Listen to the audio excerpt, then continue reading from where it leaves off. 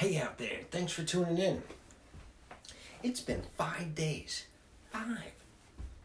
since I put a video up. I was gonna say it feels like I'm going through withdrawals. However, if you've ever gone through withdrawals, this does not compare, so I'm not gonna say that.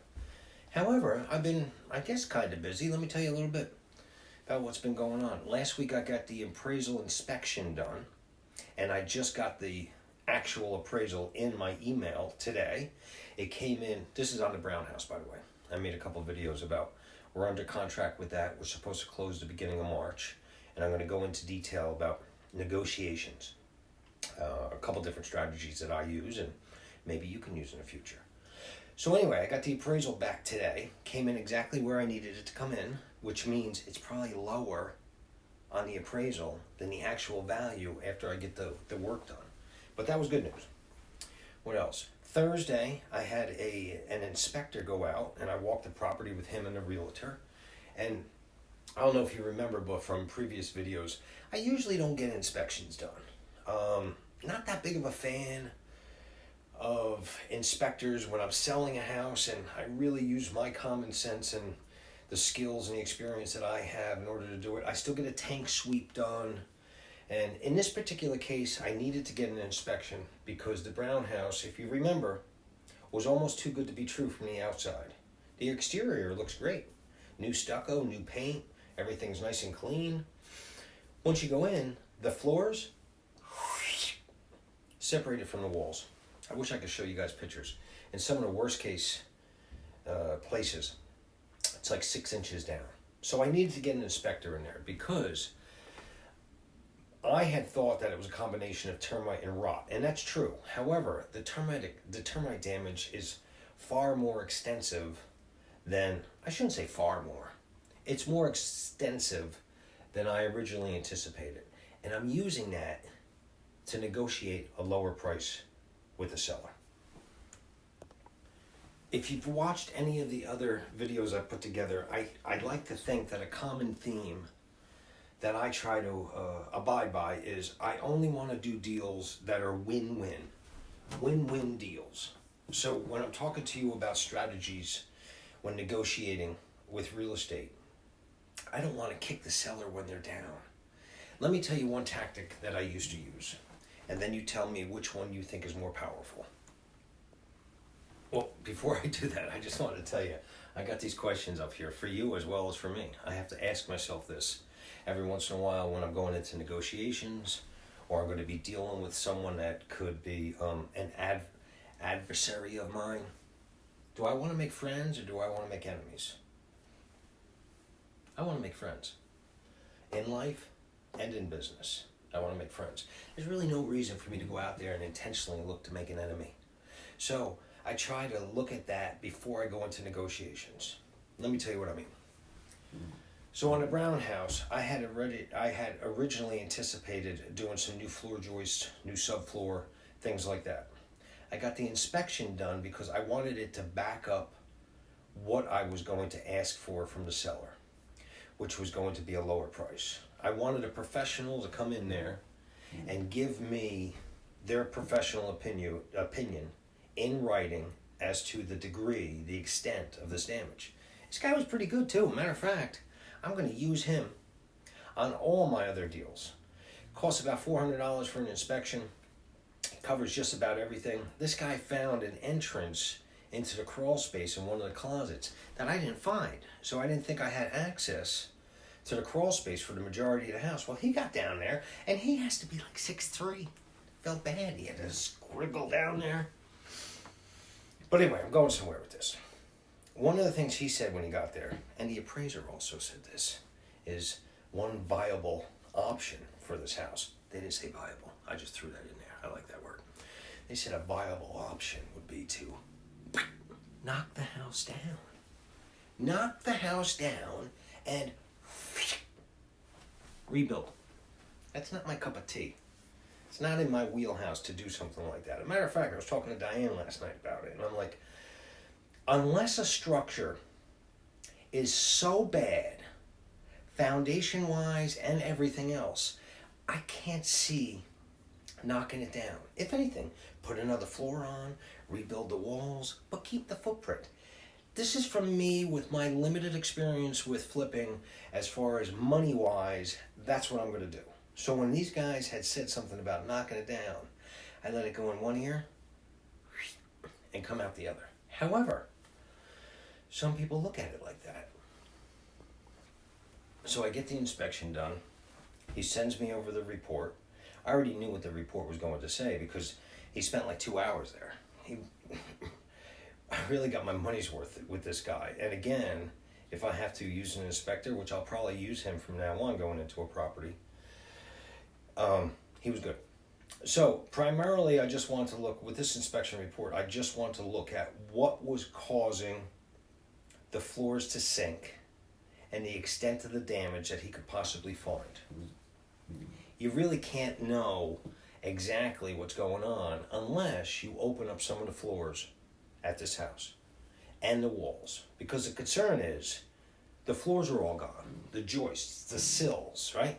So the sill is the bottom plate, and then the framing for the walls go up off of the sills.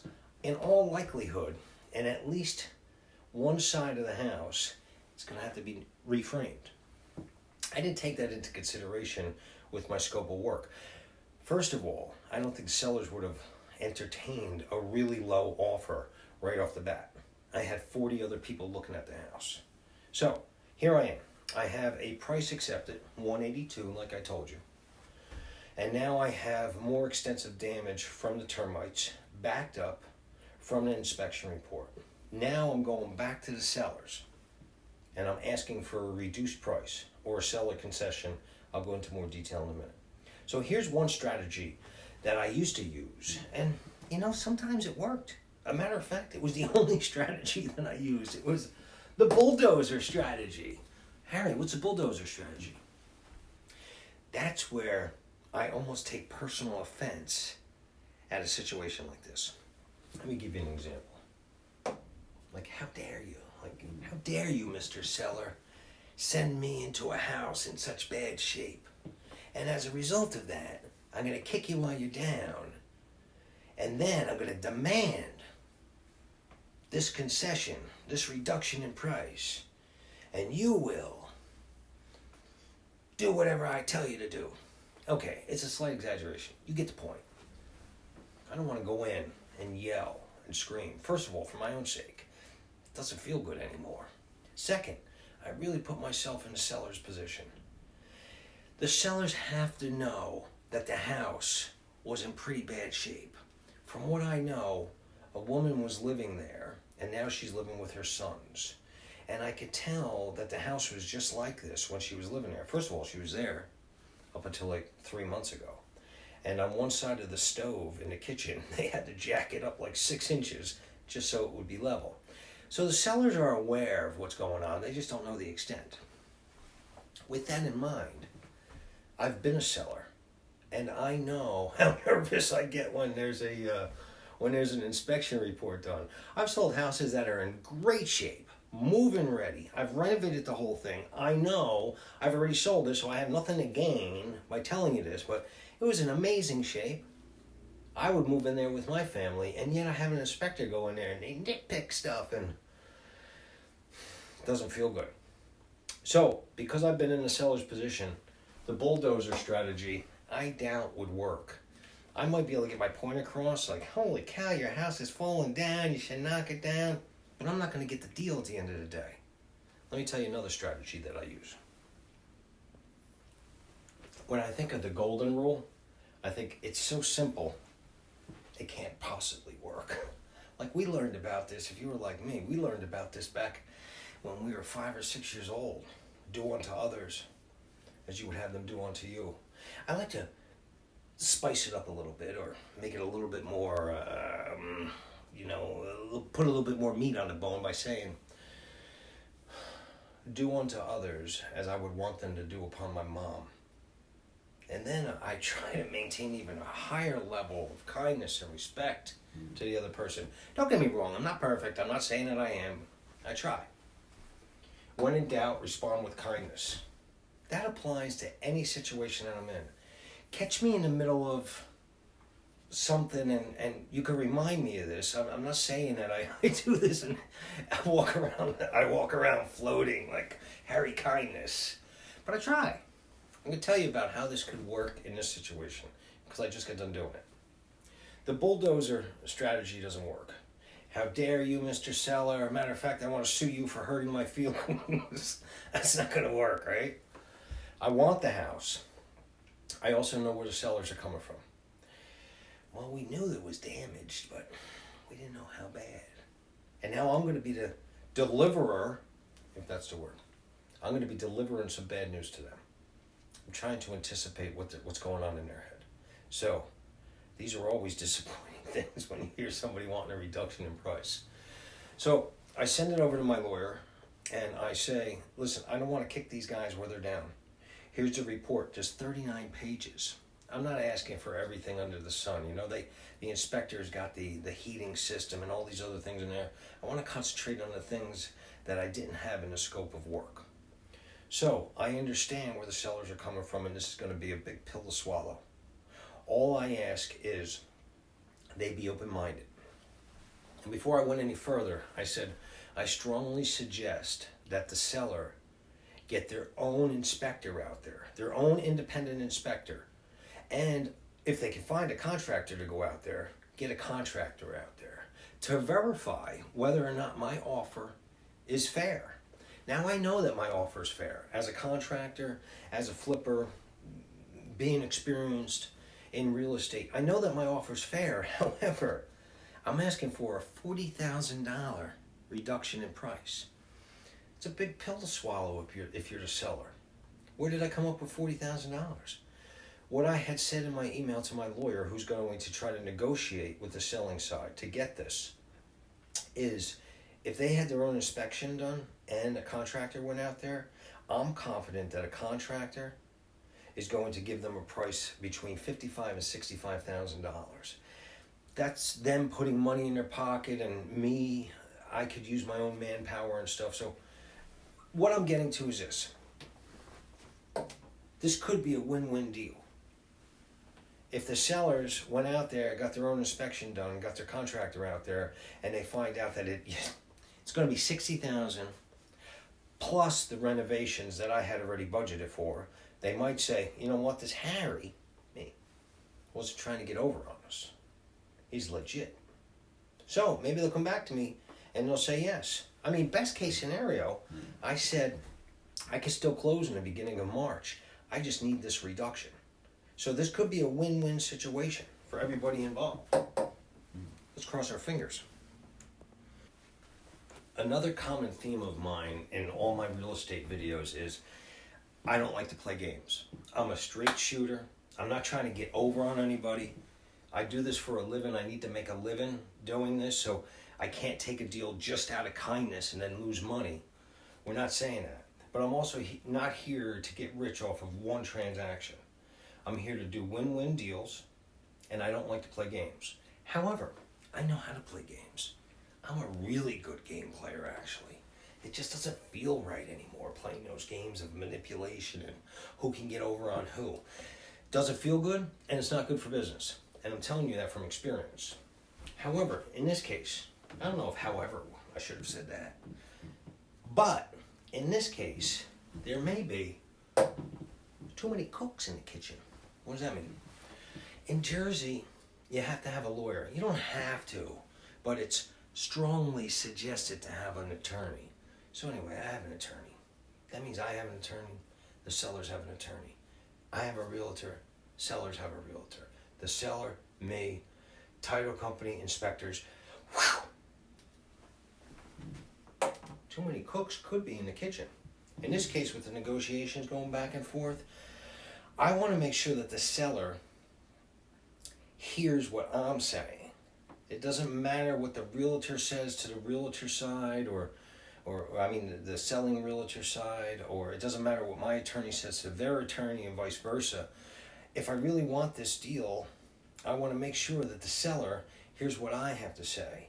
I don't want it in harsh terms, and today when I sent the email over to the lawyer, I said, I want to be gentle with this. This is a big pill to swallow. I don't want to scare the sellers off.